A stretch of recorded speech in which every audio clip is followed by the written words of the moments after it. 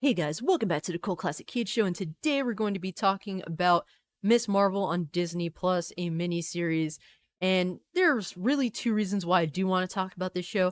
One is because the fix is clearly in for the show, with the media and critics clearly licking Disney's ball sack.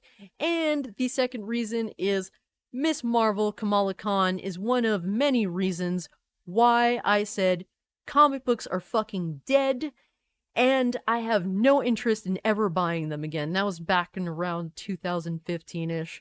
But I actually own the first Miss Marvel comic and bought the first few issues of her series. And with that, I came to the conclusion that this character is an unoriginal, garbage-ass character written by some fucking people that have no idea what they're doing.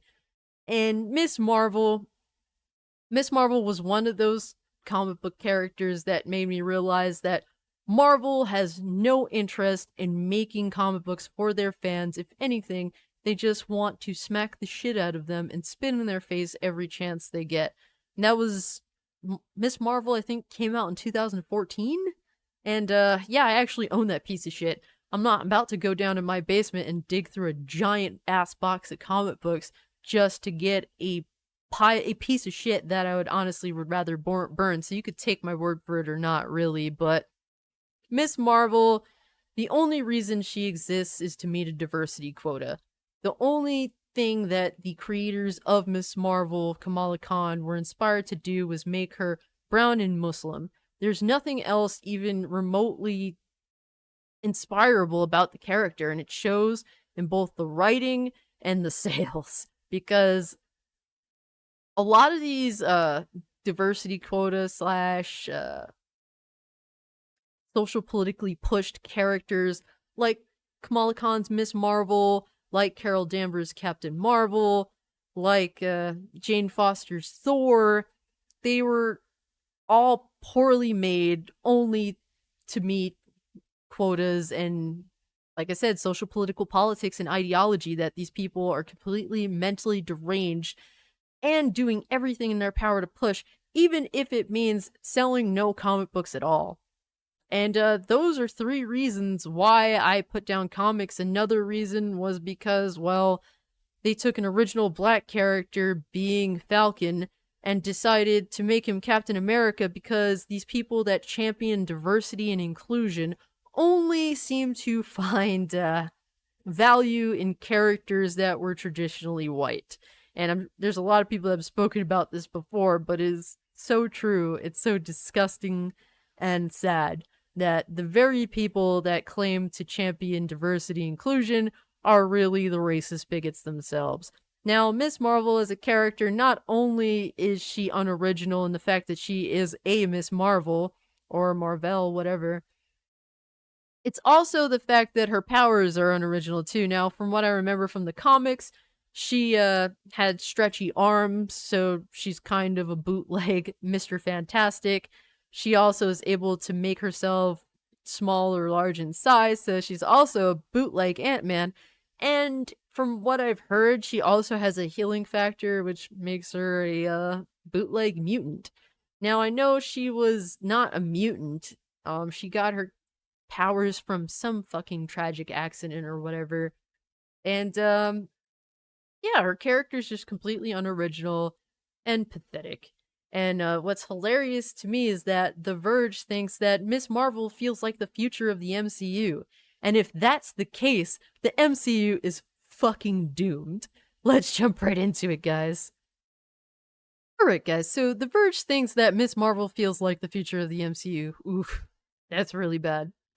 Though Kamala Khan's only been running around Marvel's comics as Miss Marvel since 2013, she's quickly gone on to become one of the brand's most celebrated heroes, who perfectly illustrates how new spins on legacy characters can lead to poignant, refreshing storytelling. Oh my god, this dude is totally gargling Disney and Marvel's ball juice right now. And I love how he has to say one of the brand's most celebrated heroes, because she's definitely not one of the brand's best-selling or most popular by any means. She's one of the most unpopular and worst-selling. That's why they had to relaunch Miss Marvel Kamala Khan's Miss Marvel, as well as shit, Carol Danvers' Captain Marvel. They had to relaunch those comics multiple times because they didn't sell. Oh my gosh. Like the comics, Disney Plus's new Miss Marvel series from creators understands what kind of symbol its titular Pakistani American Avenger in the making is and the significance to her finally making her MCU debut. Well, this is gonna fail. If this is anything like the comics, it's going to fail. And guess what? They're already setting up to tell you that if you don't like it, you are a racist bigot. I can already tell. Miss Marvel tackles Kamala Khan's origin story a little differently from the source material. So instead of making her a knockoff Mr. Fantastic, Ant-Man, Wolverine, they instead decided to go copy DC's shit and make her essentially Green Lantern with purple powers instead. That's how originally fucking people are. Its connections to the larger cinematic universe is somewhat nebulous. But thankfully, the show makes up for its few hiccups by putting everything into setting its hero up for a cosmic level of stardom. That's not gonna happen. The comic books didn't do it. The show's not gonna do it. And the fact they don't tie it in directly to the Marvel Cinematic Universe, yeah, that's a big negative on this show's part. I mean, look, the reason why Captain Marvel the movie made over $1 billion is not because of Captain Marvel. It's not because of the film being good. The film sucked. The character sucks. The actress sucks. And really, it's just shitting on the people that like this kind of stuff. But the reason why it reached like over $1 billion at the box office is simply because it was tied to the Avengers movies at the very end of the MCU. And to me, Endgame is the end of the MCU. But they tied that shit to Endgame, so it baited everybody to go see the movie. I still haven't watched that movie. I don't give a fuck. But, yeah, the fact that they don't do this show's already set up for failure. And guess what? They're already setting up to call you a bigot for not loving it and gargling its ball sweat like this dude, like this dude writing this does. Much like her comic book counterpart, the Kamala Khan of Disney Plus's Miss Marvel is an awkward teen whose head is stuck firmly in the clouds and filled with dreams of one day becoming a superpowered hero like her idol Carol Danvers. Man, that's one way to guarantee you're going to be a shitty superhero, is by looking up to a really shitty superhero. Much of the larger world around Kamala is still wrapped its mind around the reality the Avengers win against Thanos in Avengers Endgame, but Miss Marvel zooms in on Kamala's life in Jersey City, New Jersey to spotlight how it fits and starts. How in fits and starts. People are beginning to move on. Okay, run-on sentence and made no sense there, but whatever, pal. Yeah, this is what right here. Because Kamala's still a relatively new character with a limited history in the books, Disney Plus's Miss Marvel pulls heavily from writer G. Willow Wilson and artist Adrian Alphonse's 2014 Miss Marvel comics run, Marvel's first title headlined by a Muslim character. So I'm assuming that's her very first comic book. Like in the comics, Kamala's faith and ethnicity are important aspects to her identity. And the show explores how and why kids of color like her don't always feel like the world sees them as people meant to become champions. So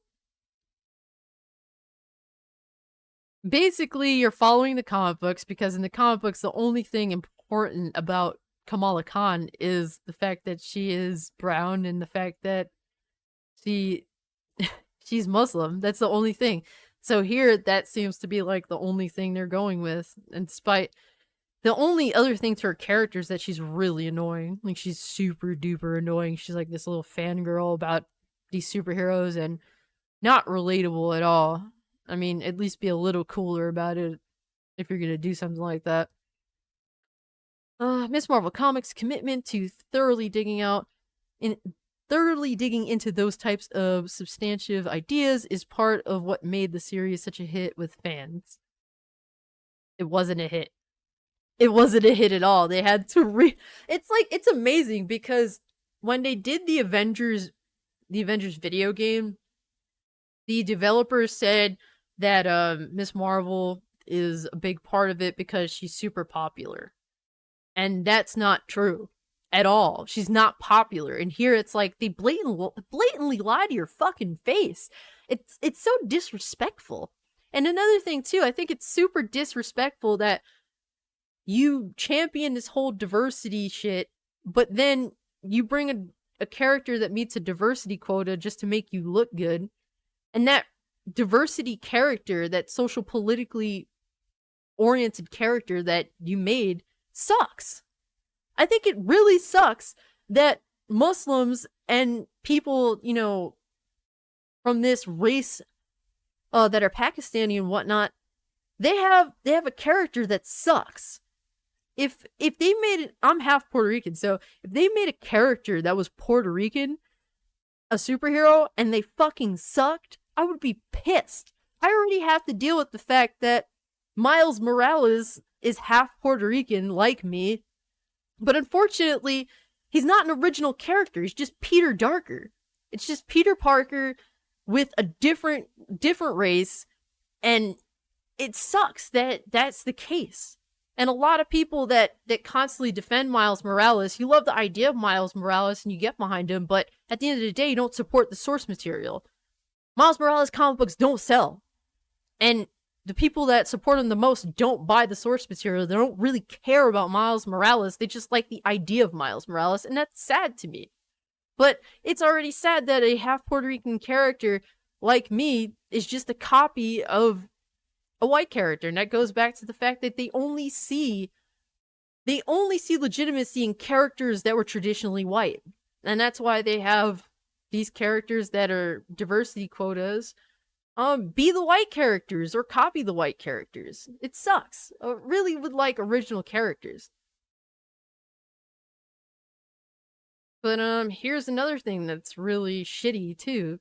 It's likely and it goes to show that they don't really care about diversity, or they don't have any respect for the people that they're trying to represent, because they don't represent them accurately, first of all, and second of all, they don't really care. It says it likely would have been difficult and expensive for Marvel Studios to bring Kamala's original polymorphic embiggening powers to the small screen in a way that didn't cause Miss Marvel to veer into body horror territory.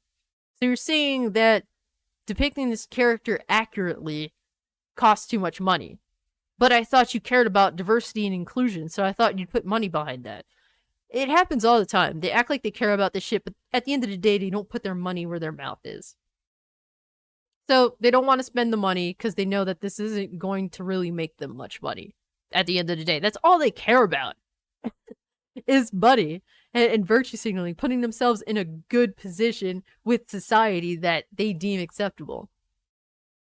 It's common for superheroes' powers to change somewhat as they're adapted to live action projects. Okay, so doing the wrong thing, you're trying to justify it. Miss Marvel goes a bit further, though, and essentially gives Kamala a wholly new set of abilities that are only able to approximate a flashy aspect to what was originally a nuanced metaphor in the comic books.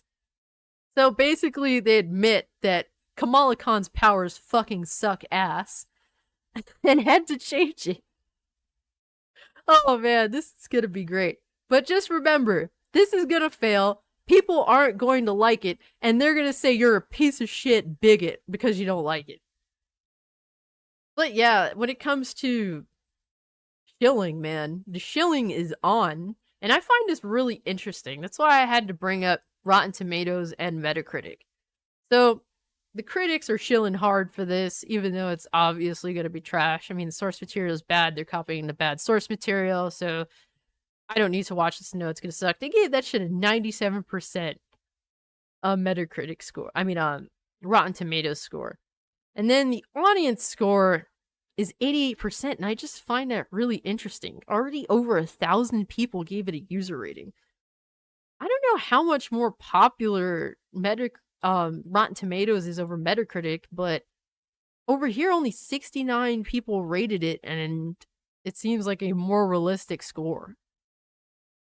I don't know. That's just food for thought, I guess. Or is it because... Let me see. Yeah, only 69. I don't know. I guess it's because you can't immediately review something on Metacritic. I just find it weird. I wonder if anyone else noticed that. But you'd think that if people are gonna positively review bomb on Rotten Tomatoes, they would have did that also for Metacritic too. I don't know, just the thought. If you guys have a reasoning behind that, please leave it in the comment section down below. And if you actually think this is a great show and are going to try and convince me otherwise, please do try in the comment section down below. But I'm thoroughly convinced this is trash being thrown at the wall and hoping it sticks. And so is most of the modern MCU stuff. And like I said, like Obi-Wan Kenobi, they're going to blame you for it not being good. And that's all I gotta say about that, guys. So, with all that being said, I'm out. Peace.